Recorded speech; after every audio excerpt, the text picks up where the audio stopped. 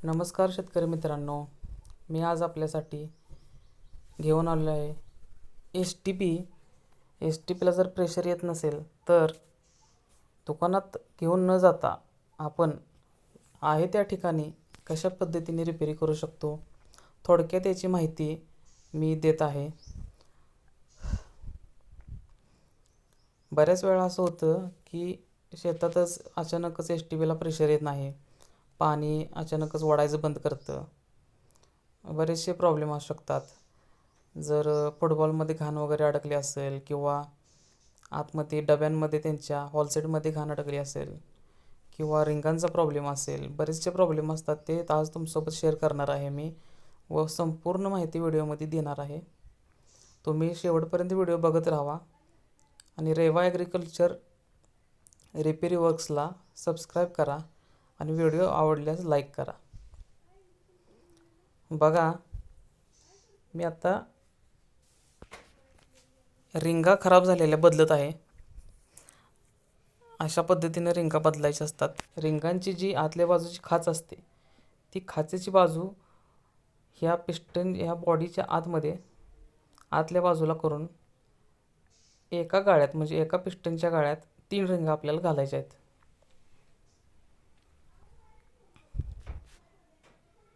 मी कशा पद्धतीने घालतोय बघा. खाचची बाजू आतल्या बाजूला करायची आणि एक एक रिंग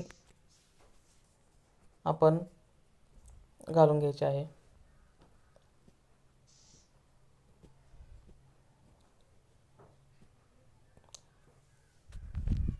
हा व्हिडिओ शेतकरी मित्रांसाठी आहे ज्यांचा अचानक घोटाळा होतो,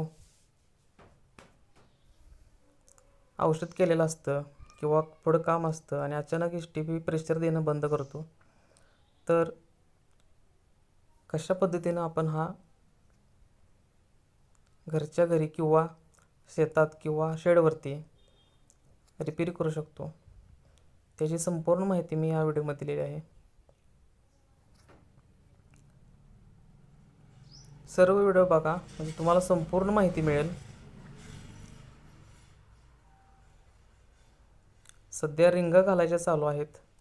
एस-टी-पीच्या ज्या रिंगा असते त्या रिंगांची झीज झालेली असते कधी कधी, त्यामुळे पिस्टनच्या मधून पाणी लिकेज होत असतं आणि पिस्टनचं जे एस-टी-पीचं कॉम्प्रेसर असतं ते कॉम्प्रेसर गेलेलं असतं. नवीन रिंगा घातल्यानंतर ग्रीस आपण पिस्टनला लावून घ्यायचा आहे. अशा पद्धतीने सर्व बाजूने ग्रीस लावून घ्यायचा आहे.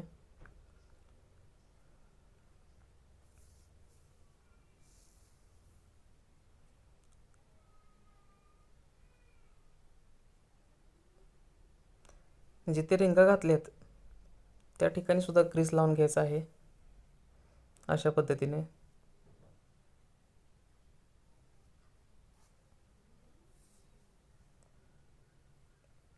आणि बॉडी पिस्टनमध्ये घालून घ्यायची आहे.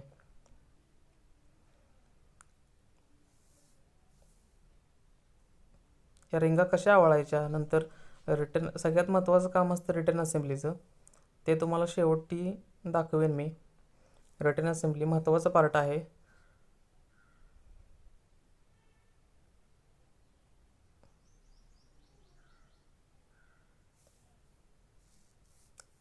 नट बोल्ट अशा पद्धतीनं लावून त्यांना योग्यरित्या आवळून घेऊन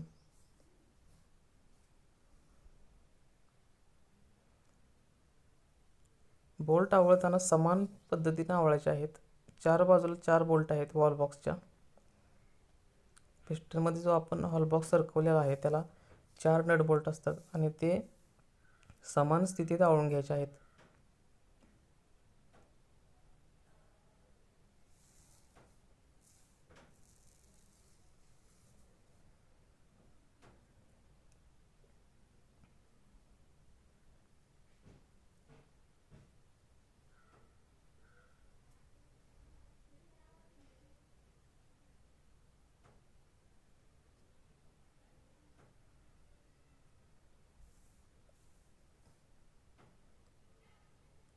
पाण्याच्या साहाय्याने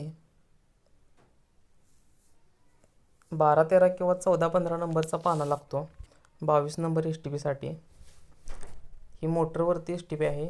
मोटर आहे 2 HP आणि एस टी पी पण 22 नंबरचा आहे.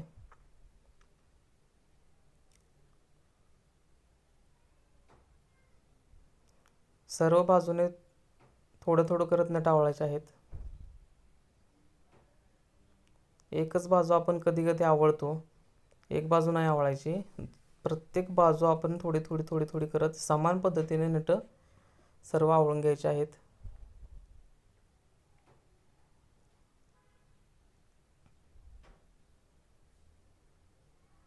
नट पूर्णपणे आवळे आहेत का खात्री करून घ्यायची. याच्या पुढची असेंब्ली हॉल बॉक्स म्हणजे ज्या डब्या आपण प्रेशर ज्या पाणी वळून जे फेकायचं काम करतात किंवा त्यांचे रबर खराब झालेले असतात, अशा ह्या डब्यांची रबर बदलून घ्यायचे आहेत, जेणेकरून प्रेशर आपल्याला वाढेल. ॲग्रिकल्चरच्या कोणत्याही दुकानामध्ये तुम्हाला या रिंगा मिळून जातात. हॉलसेटच्या रिंगा म्हणायच्या किंवा डब्यांच्या रिंगा म्हटलं तरी चालते.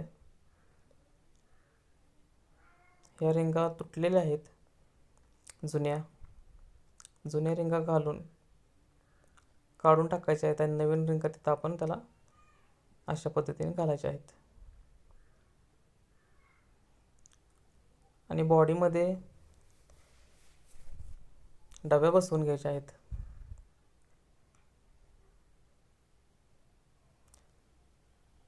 संपूर्ण व्हिडिओ पहा म्हणजे तुम्हाला समजेल की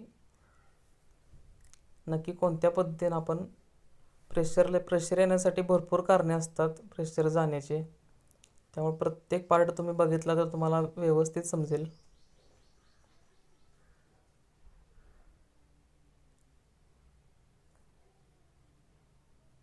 डब्यांच्या आतल्या बाजूला काही घाण आहे का, स्प्रिंगमध्ये काय अडकलं आहे का, कचरा किंवा केस अडकलेत का किंवा दोरा अडकला आहे का, हे सगळं चेक करायचे आहे. नंतरच मग डब्यांवरती ह्या शेरिंग अशा पद्धतीने घालून घ्यायची आहे.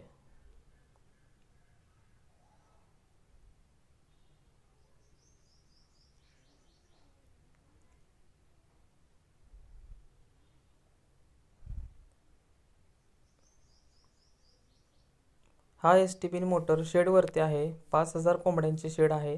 ते धुण्यासाठी हा एस टी पी वापरला जातो.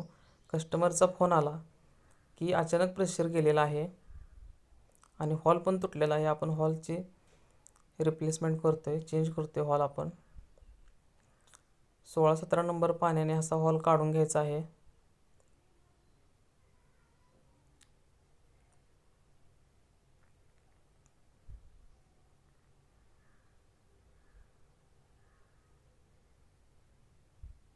या ठिकाणी आपण नवीन हॉल घालायचा आहे.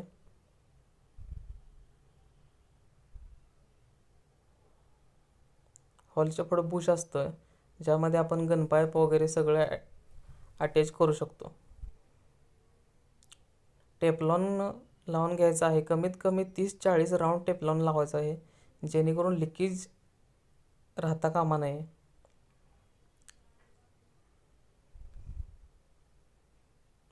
मिनिमम 25 ते 30 राऊंड तरी टेफ्लॉन तुम्ही लावणे गरजेचं आहे.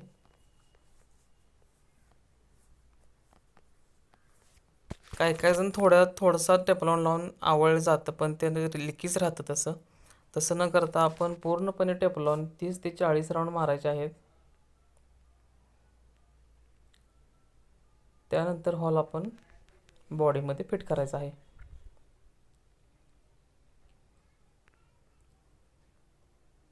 व्हिडिओ कस्टमरकडून केला जातोय, त्यामुळे एवढा क्लिअर नाही. पुढच्या व्हिडिओत मी तुम्हाला पूर्ण डिटेल्स देतो.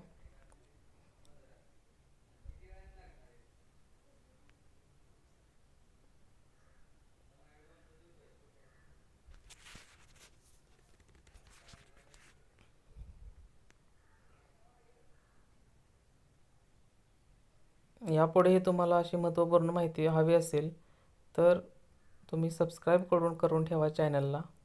व्हिडिओला लाईक करून ठेवा, जेणेकरून मी पुढचा व्हिडिओ तुम्हाला सुस्पष्ट स्थितीत दाखवण्याचा प्रयत्न करतो. हा व्हिडिओ कस्टमरद्वारे केलेला आहे, त्यामुळे हवा तितकाच क्लिअर आलेला नाही. शेवटी आपण महत्त्वाचा पार्ट म्हणजे असेंब्ली, रिटर्न असेंब्ली कशी जोडायची हे पाहणार आहोत. सगळ्यात महत्त्वाचं काम असतं रिटर्न असेंब्लीचं. जे जास्त झालेलं पाणी पाठीमागं फेकलं जातं, त्याचा महत्त्वाचा पार्ट आहे. ती कशी जोडली जाते, त्याची ॲडजस्टमेंट कशी असते हे तुम्हाला पुढच्या पार्टमध्ये दाखवतोय. अगोदर हॉल पूर्ण असा टाईट करून घ्या. त्याच्या पुढे बुश असतं, ते 20-8 नंबरचं बुश लावून घ्यायचं आहे.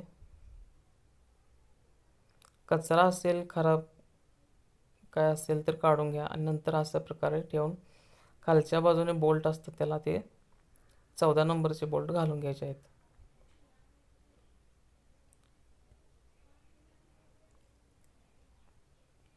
इथे पण समान पद्धतीने नट आवळायचे आहेत आपल्याला. एक आवळाने एक म्हणजे एक अगोदर आवळून जास्त ठेवायचं नाही आहे किंवा ढिले ठेवायचे नाही. दोन्ही पण समान पद्धतीने आवळायचे आहेत. एक बाजू जर 2 आटे आवळत असाल तर दुसरी बाजू पण 2 आटे आवळायची, नंतर ती 2 आटे आवळायची. असं करत करत दोन्ही बोल्ट समान पद्धतीने आवळून घ्यायचे आहेत.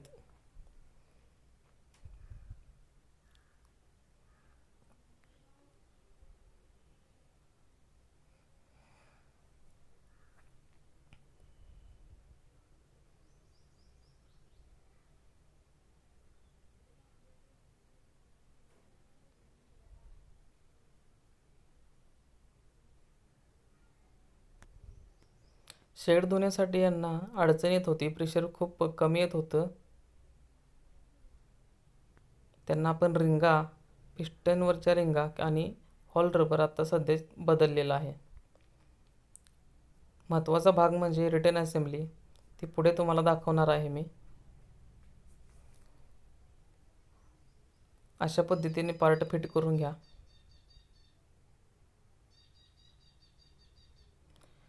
हा समोरचा सक्शन पार्ट आहे.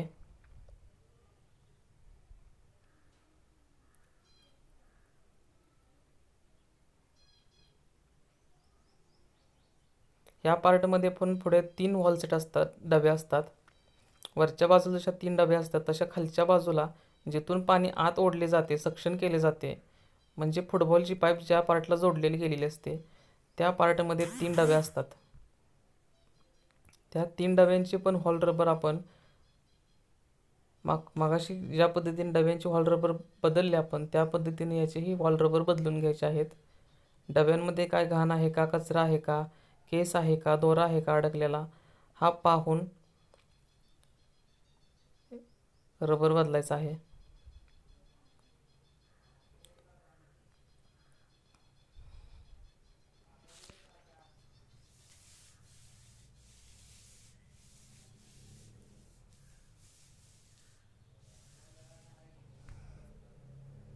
नेक्स्ट व्हिडिओची माहिती आपल्याला क्लिअर दाखवली जाईल. हा व्हिडिओ कडून केला गेला आहे, त्यांना एवढं जमलेलं नाही. पुढच्या वेळेला मी डिटेलमध्ये तुम्हाला सर्व माहिती देईन किंवा पार्ट दाखवेन नक्की कसं बदलायचं, काय करायचं. प्रत्येक वेळेचे प्रॉब्लेम वेगवेगळे असतात. प्रेशर येत नसतं, आवाज येत असतो, भरपूर असे प्रॉब्लेम असतात.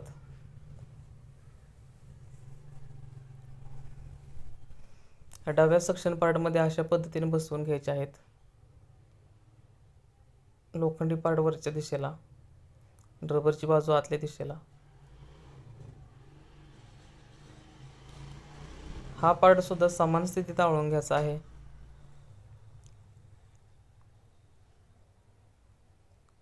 दोन्ही बाजूला बोल्ट असतात. हे बोल्ट आपण समान स्थितीत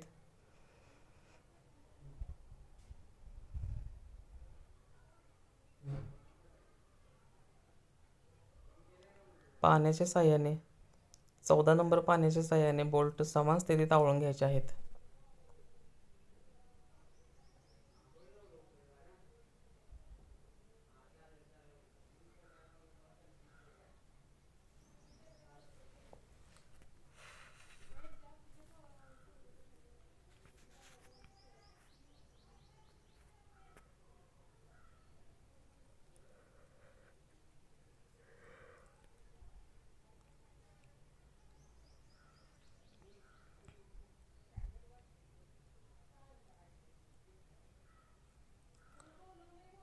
दोन्ही बाजूचे पार्ट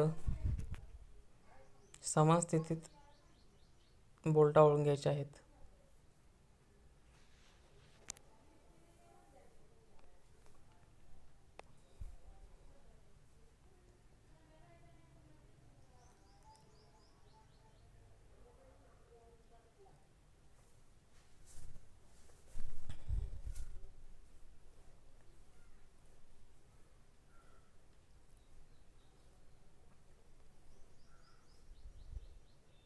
आता इथून पुढे महत्त्वाचा पार्ट म्हणजे रिटर्न असेंब्ली.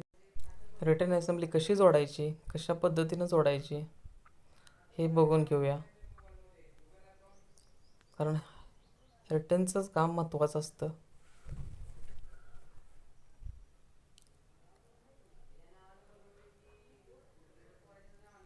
हा रिटर्न चेंबर आहे. रिटर्न चेंबरच्या आतमध्ये आपण डबी रॉड घालून घ्यायचा आहे.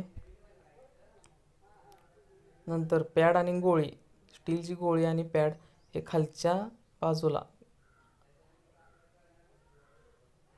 अशा पद्धतीनं पॅड ठेवायचे आहे. कोणत्याही दिशेने ठेवलं तरी चालतंय, दोन्ही बाजू समानच असतात. त्याच्यावरती ओरिंग घालून घ्यायची आहे अशी, आणि त्यावर गोळी ठेवायची आहे. गोळीवरती हा रिटर्न पार्ट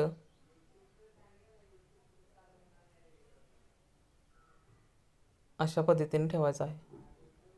त्यावरती हा ब्रेस रिटर्न असेंब्ली ठेवून बोल्ट आवळून घ्यायचे आहेत. रिंग किंवा पार्ट समान दिशेत असतील याची खात्री करा. वाकडं तिकडं न होता समान दिशा त्यांची समान असावी. रबर बाहेर आलेलं नसावं.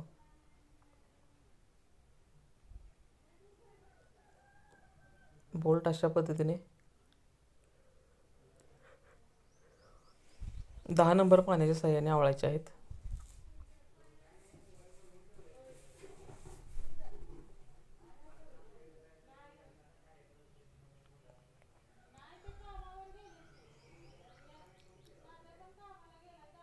यानंतर सगळ्यात महत्त्वाचा पार्ट येतो म्हणजे आपण रिंगा ज्या पार्टमध्ये बसवल्या आहेत पिस्टनच्या, त्या आवळल्याशिवाय, त्या कोणत्या पद्धतीने आवळायच्या, किती आवळायच्या, त्या आवळल्याशिवाय कॉम्प्रेसर येणार नाही.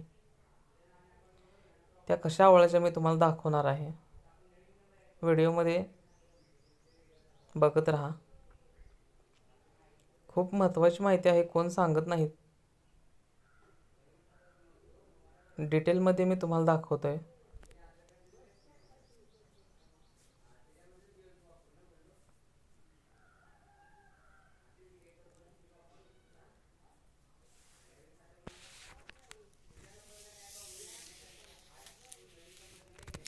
समान स्थितीत हे पण नट बोल्ट आवळून घ्यायचे आहेत. त्यावरती रिटर्न असेंब्लीवरती जे नॉब आहे तो नॉब पण बसवून घ्यायचा आहे. त्या नॉबला थोडंसं ग्रीस लावून तो नॉब अशा पद्धतीने फिरवून बसवायचा आहे. हा नॉब अशा पद्धतीने आवळल्यानंतर हे रिटर्न कमी होतं. पुढच्या पद्धतीने आवळलं की रिटर्न वाढतं. रिंगा कशा पद्धतीने आवळायच्या बघा.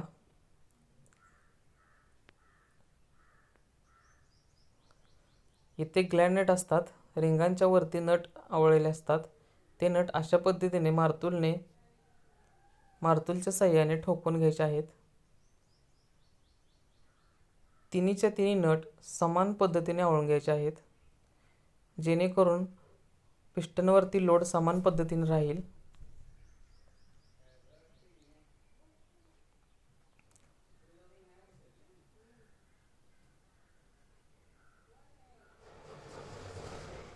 अशा पद्धतीने नटांवरती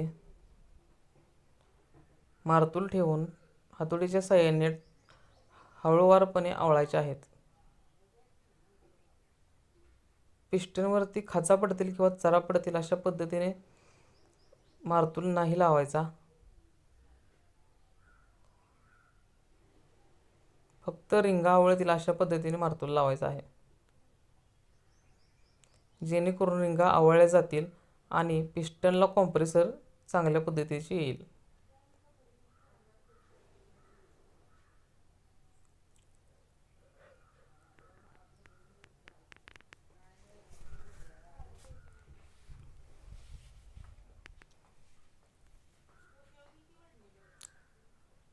शेवटच्या टप्प्यात मी तुम्हाला प्रेशर कशा पद्धतीने आले आहे हे दाखवणार आहे.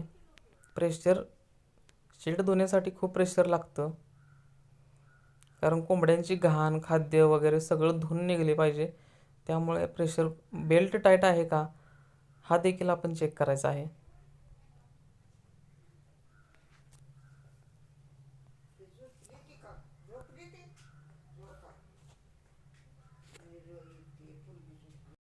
रिंगा आवळून घेतल्यानंतर आपल्याला मी प्रेशर दाखवणार आहे.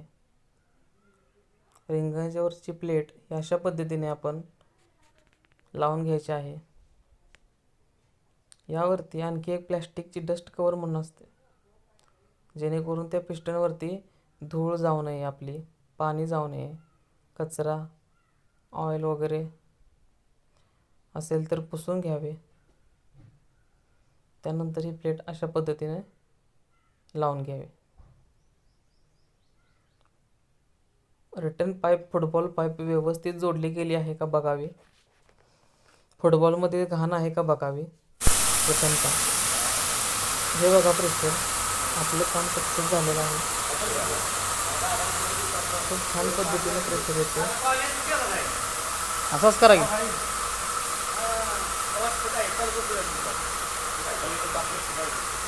शीट धुण्यासाठी अशा पद्धतीचंच प्रेशर लागतं.